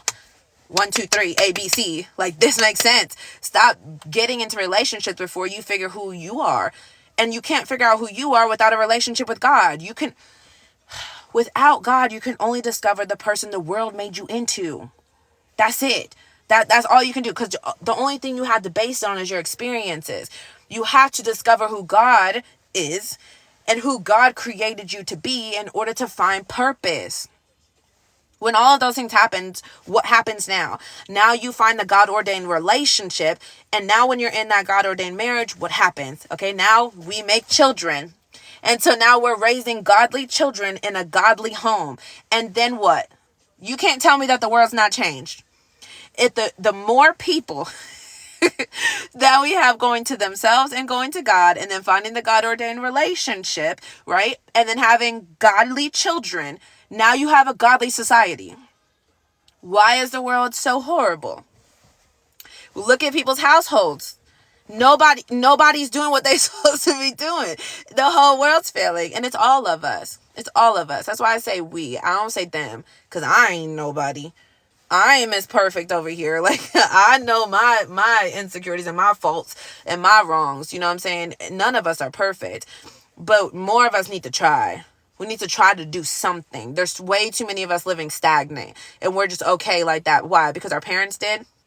Well, to be honest, our parents don't look that happy. And their parents definitely don't look that happy. And their come on now. Just because it's been like that for a long time don't mean it's right. Don't mean it's okay. Why you think you got all these people talking about generational curses now? Because it's generation after generation after generation after generation of wrongdoings. But because my mama did it, and because her mama did it, it's supposed to be okay. Please hear me. I don't care what my mama did. I don't care what my mama did, what my daddy did. Like, I don't care. It stops with me. We gonna cut it off. You know what I'm saying? Whatever y'all had going on, I love that. I love that for y'all. And I love y'all too. But for me and my household, no. I refuse. I refuse to live stagnant. Because why? Why? If I have a choice, why would I choose to just survive? Why? Why are y'all so okay living paycheck to paycheck? Why are y'all so okay living here? And ain't nothing wrong with here. I'm not trying to be disrespectful. But I don't want that for myself. You know what I'm saying? Like, if I have the power to go after more, why am I not doing that? Why am I not trying? You're not trying to go after something. And why? Why? Why are we not trying? That's why I say on one-on-ones, that's the number one question I ask people. What do you feel like is holding you back? Even in the welcome surveys. If you guys are joining my group newly for the past, it just started because February 1st, the whole private community is completely upgrading. I'm so excited. Excuse me. But everybody in my private community that just joined, they got a welcome survey. Just to get an idea of how I can help them personally. You know, like, I don't want to take nobody's money. I don't care how much it is. It ain't even that much money, but I don't care. Like, I'm not trying to take nobody's money. I want to provide value. So I send these welcome surveys and I'm like, tell me a little bit about what you're working on. And there's a question on there that says, what do you feel like is holding you back from going after your full potential? Honestly, y'all would be surprised at how many of them have the exact same answers. I'm like, this is really just a matter of people opening up and sharing their testimony. People are not sharing their testimony. They're not sharing their story, which is why we're all lacking hope, because we feel like it's just us. Like I'm at rock bottom and I'm going through it and I feel horrible and I'm so unmotivated. Yeah, she is too. And so is she and so is she and so is she and so was I. And the more we share those testimonies, the more we'll get hope from each other and know that we're not just not alone, but we also are able to overcome all of those things. The answers be the same. Fear being number one. I'm scared. That's always the number one answer. Fear is a big one. Money is one that I usually nip in the butt real quick. So you don't even need to put that on the survey. Time is a big one too, which I can't do time either. I'm like, you don't have time to not do that. We talk about this all the time. Anyway, let me see what y'all said. Some comments were filtered. What was y'all talking about? What's your zodiac? Honestly, love, I'm not really into zodiacs like that, but I'm an Aries. I don't know if that's good or bad, but I'm an Aries. Just subscribe. Thank you. I think I saw your name on YouTube. Yeah. Ouch, but so true. Not that man in God's seat. Ooh, that man in God's seat is crazy. That is really crazy. That just popped in my head out of nowhere, but that is so true. You really trying to fill God's seat with a worldly man. That is nuts. I've been thinking so much about this lately, not with men, because I got my man. Y'all be safe. No, I'm playing, but not with men, like, as far as seats. Like, seats at the table, because I'm so particular about who I allow in my space now. Like, my phone is almost always on Do Not Disturb. There are very few people that get through, and not because I think I'm better than anybody. I think everybody should live like that, because I think you're allowing people too much access to you, and that's why you lack energy all the time. Somebody in the private community told me on one of the calls, she was like, I just feel like I don't have energy for myself. And I'm like, you don't have energy for yourself because you're giving your energy to everybody else. You're not lacking energy. You're not lacking discipline. You're not lacking anything. You're just giving it away to everybody else. We all got the same 24 hours. You know what I'm saying? Like, we all got the same amount of time. How are you blaming time when I got the same time as you? This really be me in the meetings. The meeting that I just had when she brought up time. I told you guys at the beginning of the live. She brought up time. She said time was holding her back. And I was like, this is about to be fun. I love these conversations. I was like, I got the same 24 hours as you, friend. Where are you wasting your time? Where's your weak links at? Who are you overextending yourself to? What are you participating in? What are you scrolling through? Like, how are you utilizing your time? Because you got the same 24 hours as everybody else. Nobody's lacking time. Nobody's lacking time. Just where are you utilizing it? Where are you using it? Where are you overextending yourselves? You got all these daggone friends. All these friends, but you ain't got you. Crazy. But I've been thinking about that a lot as far as like how many seats are at your table, which is funny. It's actually really funny that I just said that, because that was part of the sermon. He was talking about that and how Jesus put people on in boundary, like Jesus had boundaries. And he was talking about 5,000. The way that he broke it down was kind of hard to keep up with, so I had to really dig into it. But he was talking about, you had the 5,000, which was the crowd. When he performed miracles and stuff, you had all the 5,000 people. So these are the people in your life that are really only around for your benefit, right? Like for the benefit that they get from you. So when you're doing all of these things for other people, you got 5,000 people ready right there. You know what I'm saying? Then the 500 was the people that served him, but won't let him lead their life, right? These are the people in a perspective. These are the people that go to church but won't give God their life. You won't let God lead, but you'll go sit in the pews. You'll go sit there. You know what I'm saying? Like, you'll show up for church. You're part of the 500. Then they got 70. The 70 are the ones that went and told the message. These are the leaders, right? These are the ones that say, like, I know a man. That was a part of the sermon. He was like, I know a man. And I was like, that's good, Pastor. These are the people that say, like, I know a man. So we'll be going out. Did I just put myself in that group? We'll be going out, and we're talking to people. You know, you're networking with people, but you're bringing up God. You're like, oh, I know a man. Like, ooh, I know that healed me. God healed me. God showed me. So you're bringing up God. These are the leaders. He said, this is the part where he said, I had to put it in the notes in parentheses. He said, we're so arrogant that when we get something, we're bragging about what we've done instead of giving God his glory for the fact he's the only reason we got what we got. Child. Anyway, I'm running through this mad quick because we already been on here for long enough and didn't talk about this. Then he had his 12 disciples. He picks them. He did life with them, disciples. So let's say you got 12 seats at your table. You got 12 chairs, 12 disciples. Who are you allowing to be there? Because why do you have 12 seats, but you got 80 people in the room? Crazy. He said they won with him and went through warfare with him. He said they didn't lose with him because when you're called by God, you don't lose. You just fight till your next win. That's good. He was preaching, y'all. He was preaching. He said when you're called by God, when you're following God, you don't lose. You just fight to your next win. Oh, that touched me. Anyway, he said we put people in our 12 just by proximity. He said, but do they rock with you for real? Like, do they see your anointing even when you mess up? Or do they just take? He said, be careful, because sometimes the people taking the most got your last name. He said, just because we got history doesn't mean we should share destiny. Bro, go watch this sermon. Go watch this sermon. I don't even know if it's going to hit y'all the way that it hit me, but it hit. He said, let me run it back because that was a lot.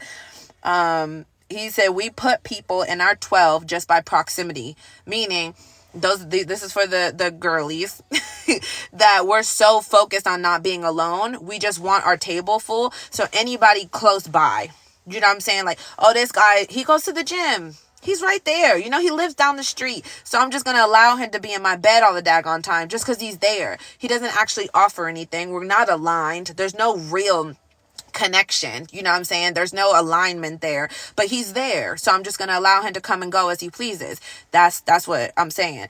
Also, how many people are really a part of the 5,000, meaning that are there just for benefit? They're there just for the miracles, just for what you provide to them, that you're allowing a whole seat. Like you're giving them one of the 12 spots when they're supposed to just be part of the 5,000. That's crazy.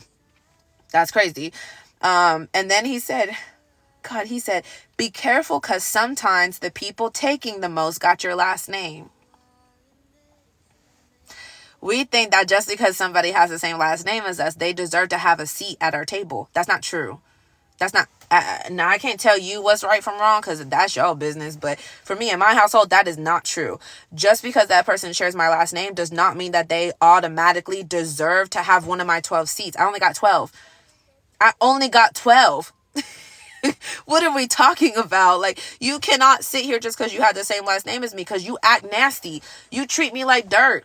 I don't like how you speak to me. My spirit is off when you're in my presence. Like, no, you're disrespectful.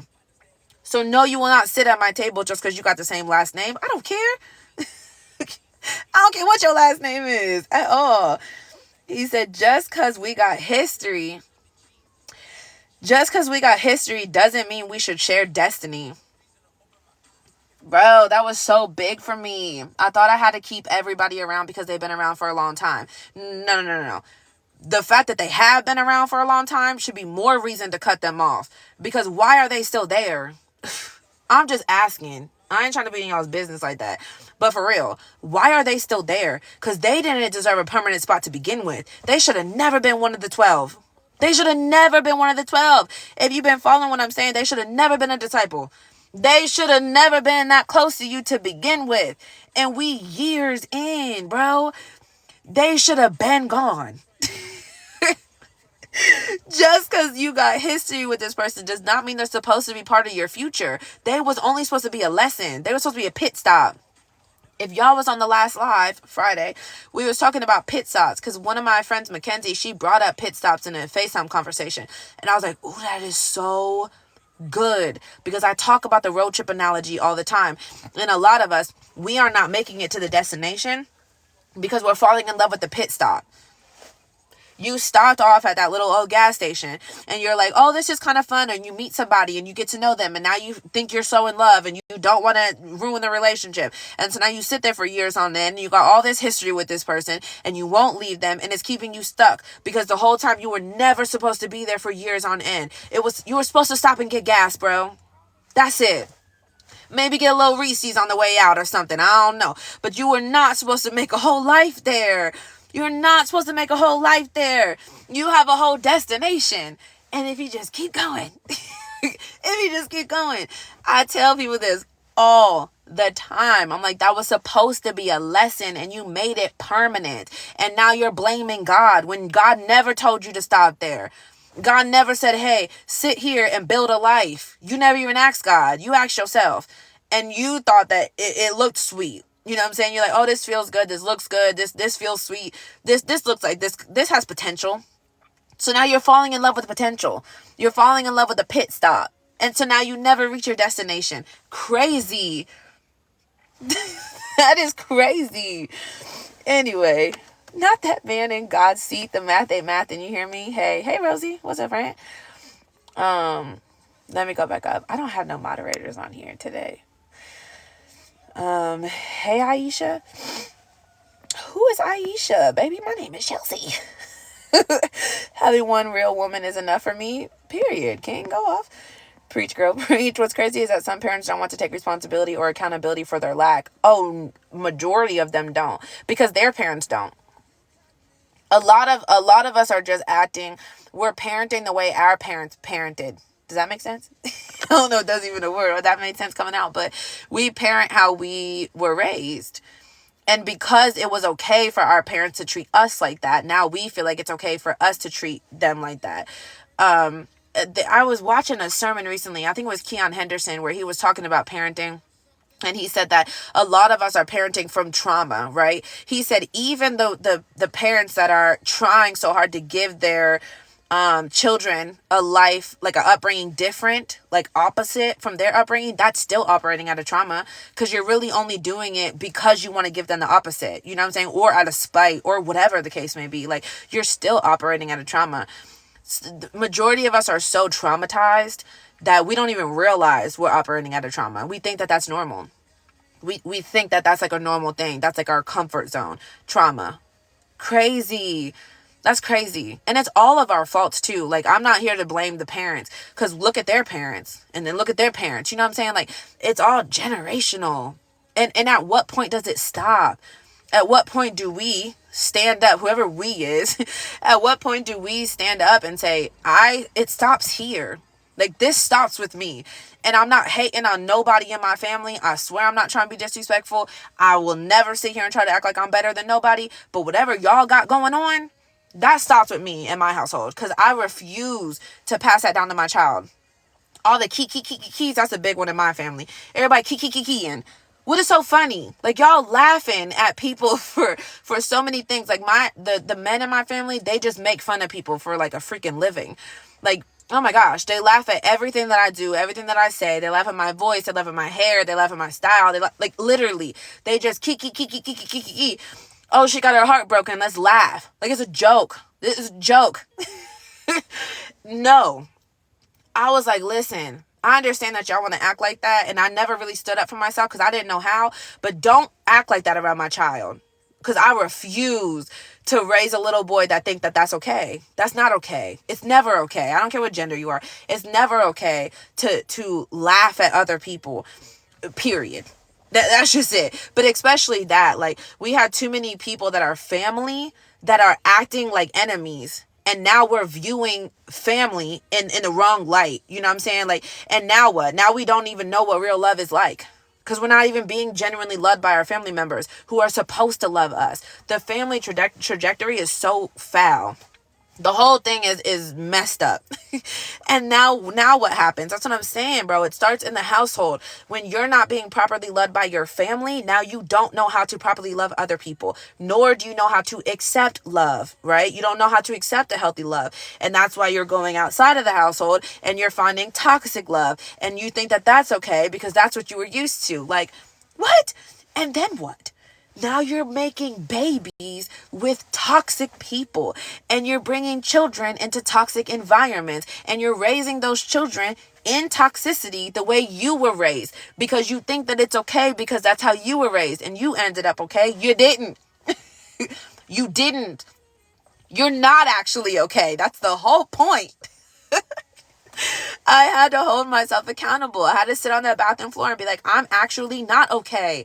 So no, it's not okay that I continue this generational curse. It's not okay that I keep allowing these things to happen because my daddy did it. I don't care what my daddy did. It starts with me. It starts with my little boy. We're not doing that anymore because that's not what I want for my life. And you're not stuck with the cards you were dealt. I don't have to live like this just because my family did. That don't have nothing to do with Chelsea. Nothing. I can love y'all, and some of y'all I got love from a distance. Let's be for real. We have to learn that too. We have to learn that it's okay to love people from a distance. I'm so glad you're my family member. I love that. I love that. But you have to get from around me. I will pray for you. I'll call and check up on you. I'll meet you at the freaking house at Thanksgiving. Sure, I suppose. But y'all got to get out of my car. Why? Because the people you are connected to can make you or break you. That's also biblical truth. Why did Aaron not get to make it to the promised land? Because that was Moses' brother and Moses didn't listen. Moses did not follow the directions. Read your word. It matters who you're connected to. I don't care if you're my family or not. I'm not staying directly connected to you and risking my promised land for you. Ain't no way. Ain't no way. Truly, I don't care if you're my mama. I don't care. You gotta go. You have to get out of my car. And we can ride side by side, you know what I'm saying? That's cool, I suppose. But you're not gonna sit in my vehicle and ruin my energy all the time. And now you're distracting me from getting to where God's taking me. Absolutely not. Now I don't have to cut my mom off. My mom's great. Y'all be safe. My mom's top tier. I love my mama.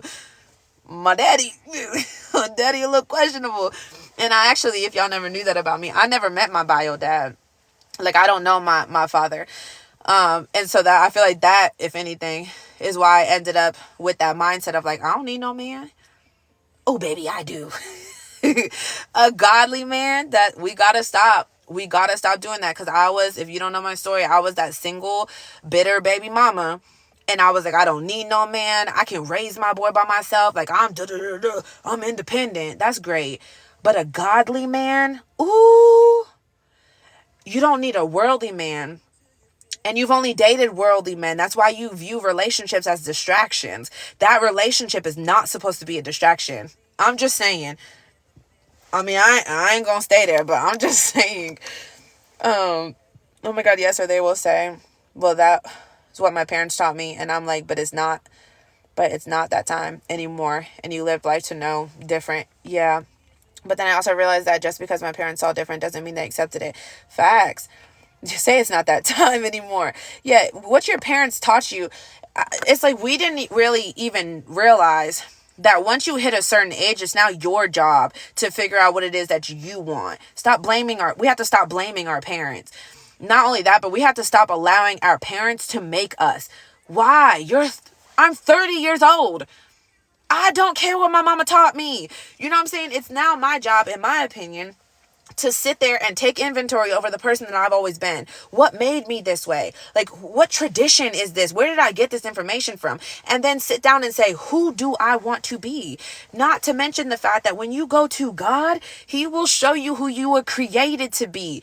And I'm telling you, that took a lot out of me to sit down and I actually realized who God created me to be, and to see how far away from that I was living as. Like, I was living as a completely opposite individual. And I'm like, oh yeah, I'm tripping.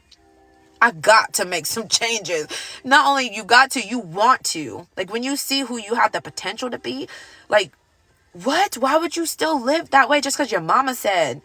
No disrespect at all, because I just told y'all I love my mama to death. I don't care that she told me to do X, Y, and Z. She wants me to go work 9 to 5. She still talks about it all the time. What about this job? What about this job? What about this job? If I follow everything my mom says to do, I'm going to end up where my mom ended up. Love that. She loves her job. I love that for her. That's not me, though. That's not my calling. No, thank you. We got to watch who we listen to and who we stay connected to. It's so much bigger than all of us. We have to pay attention. It's a mindset, complacency and stagnation. Only God can heal. To do the work. Facts. Yeah, you have to do the work. Faith without works is dead. Nicki Minaj. Yo, I don't know what happened.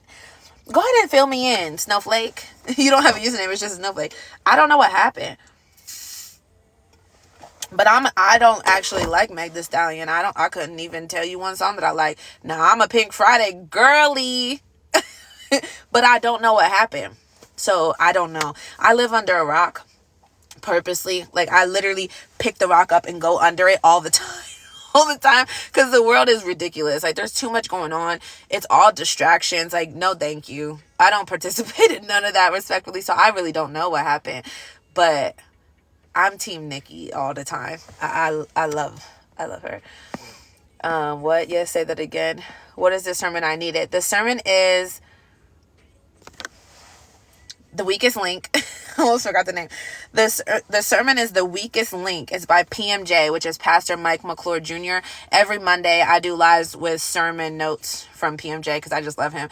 It's Rock City TV on YouTube. Rock, R-O-C-K, Rock City TV on YouTube. And it was the one that he just did. Friend, hola. Hi, friend. Aloha, gorgeous. We got hola, and aloha.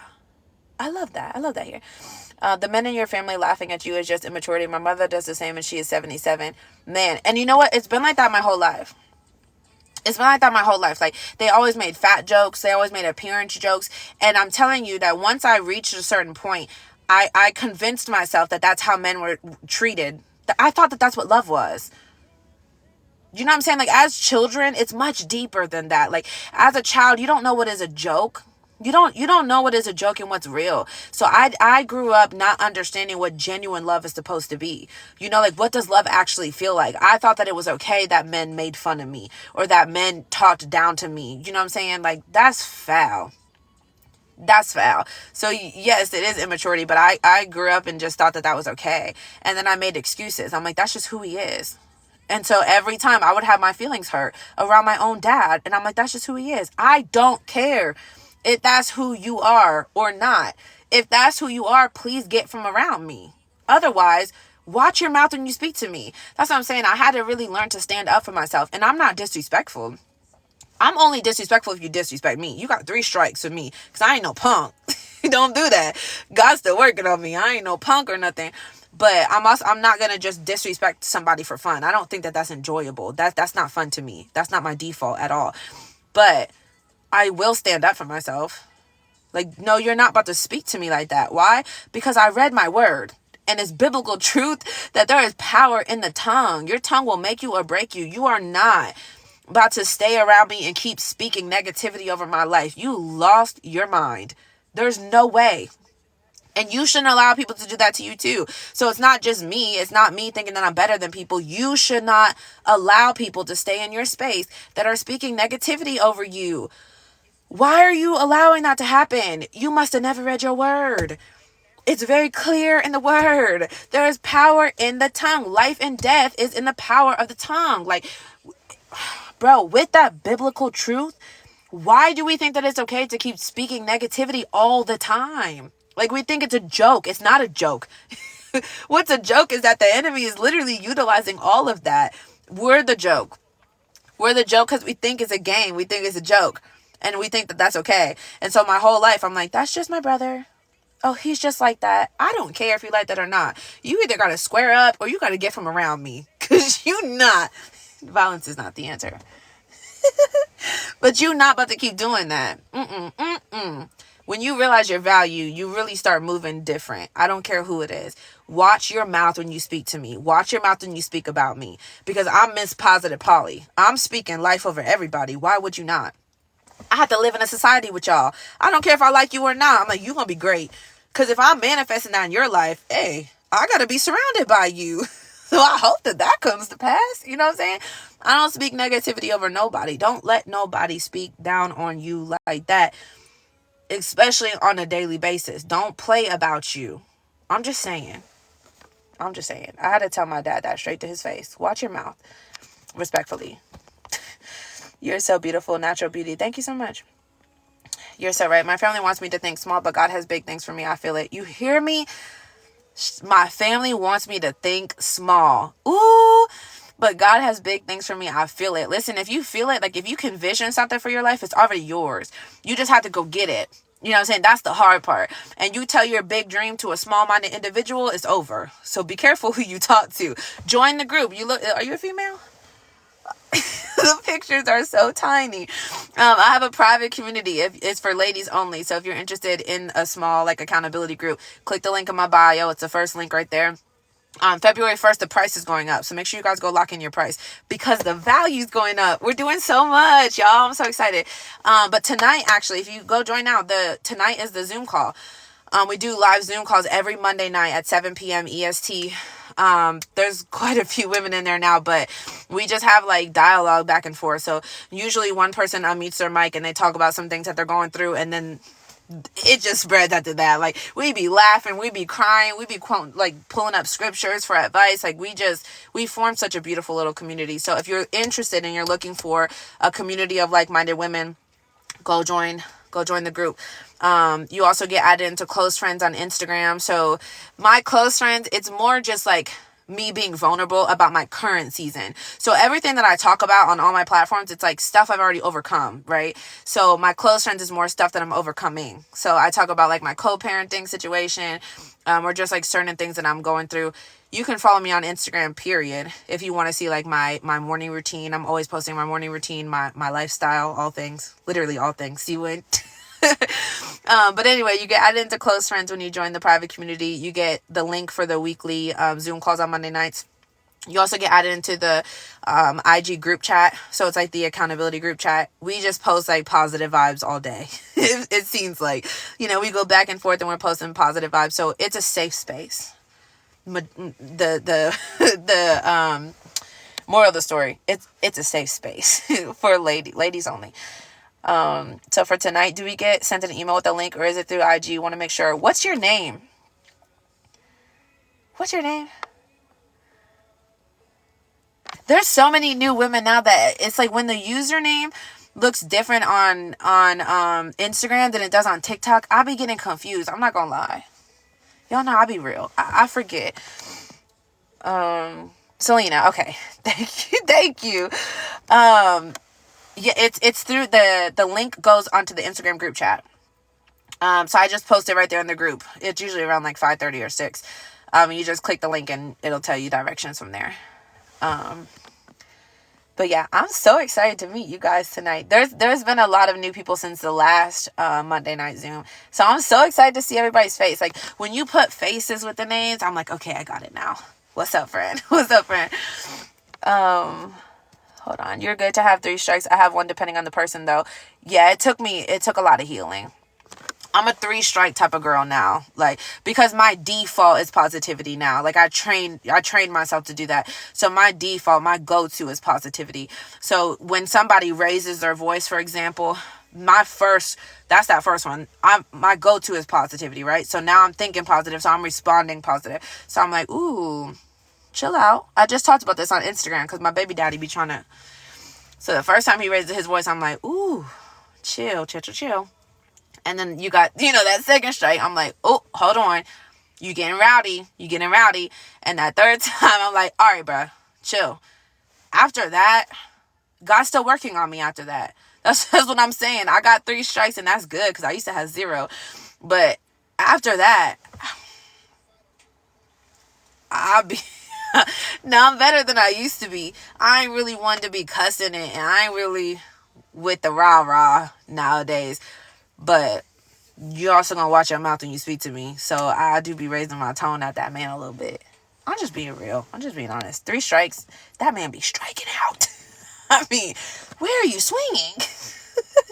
He ain't hit a ball in so long.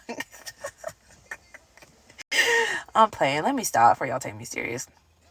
I'm sorry, I'm listening while I work. Is the community free? The community is not free. The community is a monthly membership. But everything else is free.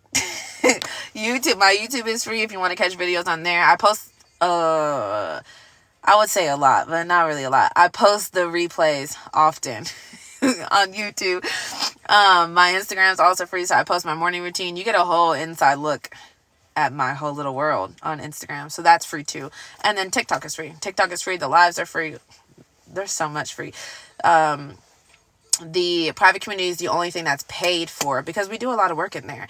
If you were here when I talked about it, in February, we are diving into Matthew. So we're going to dive into the chapter of Matthew in the Bible, and we're going to, I'm going to talk about a lot of different perspectives in there. I love Matthew. I love a lot of this word, honestly, but Matthew is really good, where it talks about, it talks about the birth of Jesus. I was kind of opening up about, some of these things that we're touching on in February. We're going to break it down. We're going to do chapter 1 through 7. I think I stopped at 7. Yeah, 1 through 7. So we're going to do it each week. There's going to be a lot. I'm really excited. So you can click the link in my bio to join that if you haven't already. It will ask you for your Instagram handle and your Facebook name, just so I can get you added into everything. And then I'll message you on Instagram with the link for the welcome survey. You don't have to do the welcome survey if you don't really want to. It's not really required, but it does give me a better idea of like who you are and what you're working through. So that I can make sure that I'm providing some type of value. Because if it's nothing that I feel like I can help, I'm going to refund you. I can't really help you with that. Like, I know where I can help and where I can't. So I ain't about to just take your little coins. So yeah, that's what the welcome survey is for.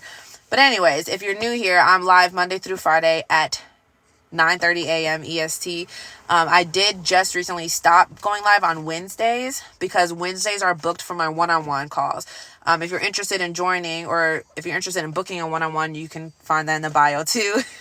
That one link in my bio takes you to everything. So it's literally all things CWIN. Like, it has all my social links on there. It has all my ebooks. You can instantly download any of them. You can book a one-on-one. You can join the community. Like, all things are right there in that one little link. So I only do one-on-ones on Wednesdays now. So you can pick any time on Wednesdays, whatever's available. It won't let you completely check out if that time is actually full. But from what I see, it shows all the times being empty. And then it knocks people at the very end, which is kind of irritating. But hey, if it works, it works. Then you have that spot. But yeah, my whole Wednesday is booked for one-on-ones. I think there are a couple spots still open for this Wednesday if you guys want to book a call. But other than that, we have a live Zoom tonight in the private community, so that's at 7 p.m. EST. Otherwise, I'll be back tomorrow morning at 9:30 a.m. And I think that's all I got for you. If you're just hopping on, we went over the sermon notes from PMJ. The sermon was titled Weakest Links. I was really trying to think again. I'll be losing it. But it's PMJ, which is Rock City TV on YouTube. Make sure you guys go subscribe to them. That's who I'm always talking about. Every Monday, I go over sermon notes from PMJ because I just love him. And PMJ is Pastor Mike McClure Jr. Besides that, I will talk to you guys tomorrow. And I hope you have the best day. Hi, Pit Stop. Hi, friend. I completely understand why it isn't free. Yeah, for sure. All right, I will talk to you guys tomorrow. Have the best Monday ever. Don't let Monday you. Y'all know that's my motto. That's my go-to. Because I used to absolutely hate Mondays. I used to view Monday as like another obstacle, like a whole nother week to get through. Don't let Monday you. Monday is not supposed to be that. Monday is supposed to be a new opportunity to go do things that you didn't get to do last week, to go be somebody, to go take risks, right? Take chances. Go try to do something. So don't let Monday you, and I will see you guys tomorrow morning.